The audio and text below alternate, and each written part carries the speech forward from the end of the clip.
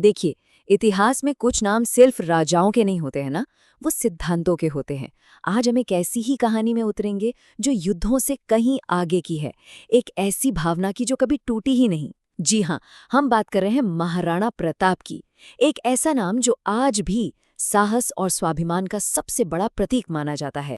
ये जो एक लाइन है ना, राजा वही है जो स्वतंत्र रहे, ये सिर्फ एक वाक्य नहीं है। ये वो बुनियाद है जिस पर महाराणा प्रताप की पूरी जिंदगी, उनका पूरा वजूद टिका हुआ था। सोचिए, उनकी माँ ने उन्हें ये सिखाया था और यही एक सीख उनके हर फैसले, हर संधि और हर युद्ध की दिशा तय करने वाली थी। तो सवाल ये उठता है कि ये अटूट सिद्धांत आखिर आया कहाँ से। अच्छा, इसे समझने के लिए हमें थोड़ा पीछे जाना होगा, एकदम शुरुआत में, उस माहौल में जिसने इस महान योद्धा को गढ़ा। तो चलिए 9 मई 1540 को चलते हैं। कुंभलगढ़ के किले में प्रताप का जन्म हुआ, पर वो सिर्फ एक राजकुमार नहीं थे, वो मेवाड़ के सिसोदिया वंश के वारिस थे। एक ऐसा वंश जिसकी पहचान ही कह सकते हैं उसकी आज़ादी की जिद थी। उनके खून में थी ये बात। पिता थे महाराणा उदय सिंह, जिन्होंने उदयपुर बसाया, लेकिन उनकी असली गुरु, उनकी पहली टीचर थी उनकी माँ महारानी जयमंता बाई। उन्होंने बचपन से उनके अंदर स्वाभिमान और आज़ादी के बीज बो दिए थे। देखिए, प्रताप सिर्फ पैदाइशी योद्धा नहीं थे, उन्हें बाकायदा गढ़ा गया था। सोचकर देखिए, लगभग 7 फीट का कद्दावर शरीर, जबरदस्त ताकत और ट्रेनिंग भी उतनी ही कठोर। तलवारबाजी हो, भाला चलाना हो या युद्ध की कोई भी रणनीति, उन्हें हर चीज में माहिर बनाया गया। और मजे की बात यह है कि ये ट्रेनिंग वो अकेले नहीं कर रहे थे, उनके साथ साथ उनका प्यारा घोड़ा चेतक भी तैयार हो रहा था, जो आगे चलकर, जैसा हम सब जानते हैं, इतिहास का एक अटूट हिस्सा बनने वाला था। तो चलिए अब आते हैं साल 1572 में। प्रताप सिंहासन पर बैठे और बस बैठते ही उनके बचपन के सिद्धांतों की सबसे बड़ी परीक्षा का वक्त आ गया। अब सवाल ये था कि क्या उनकी आज़ादी की ये भावना उस दौर के सबसे शक्तिशाली साम्राज्य के सामने टिक पाएगी। अब देखिए, उस दौर में मुगल सम्राट अकबर एक बहुत ही स्मार्ट गेम खेल रहा था। वो राजपूत राज्यों को सम्मान, ऊंचे पद, शादी ब्याह के रिश्ते, इन सब का लालच देकर अपने साम्राज्य में मिला रहा था। और ये रणनीति काम भी कर रही थी, काफी सफल थी। लेकिन जब ये प्रस्ताव मेवाड़ पहुंचा तो महाराणा प्रताप का जवाब एकदम साफ था, 2 टूक, पूरी आजादी, कोई समझौता नहीं, बात खत्म। और ऐसा नहीं था कि अकबर ने आसानी से हार मान ली हो।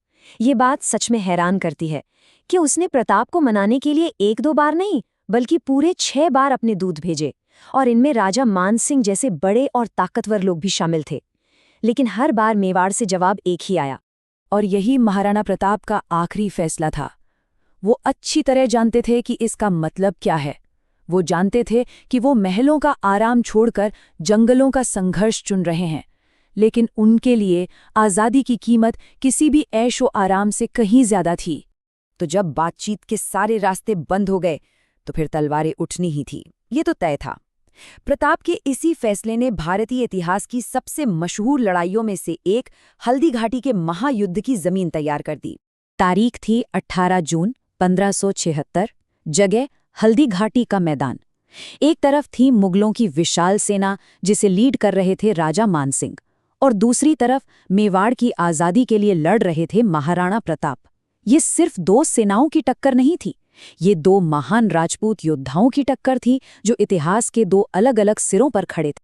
हल्दी घाटी की उन तंग घाटियों में एक भयानक युद्ध छिड़ गया, और उस पूरी उथल-पुथल के बीच महाराणा प्रताप ने जो हिम्मत दिखाई वो देखने लायक थी। उन्होंने सीधे मुगल सेनापति मान सिंह पर हमला बोल दिया।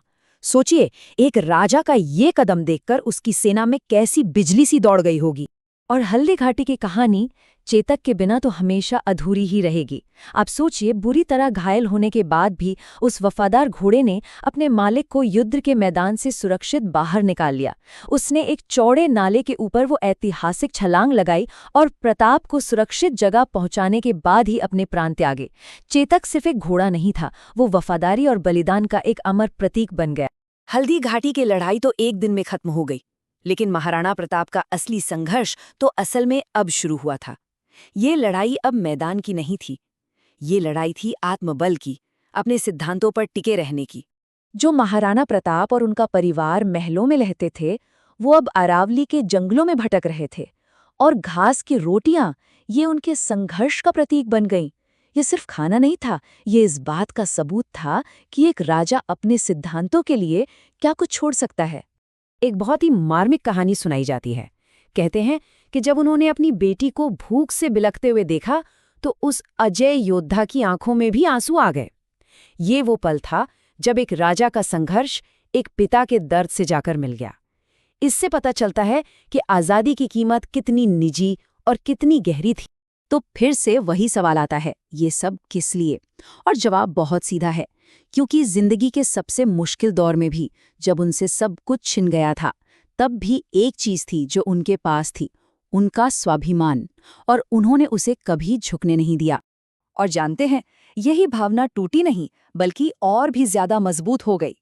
संघर्ष की इसी आग ने एक ऐसी वापसी की नींव रखी जिसकी शायद किसी ने कल्पना भी नहीं की होगी।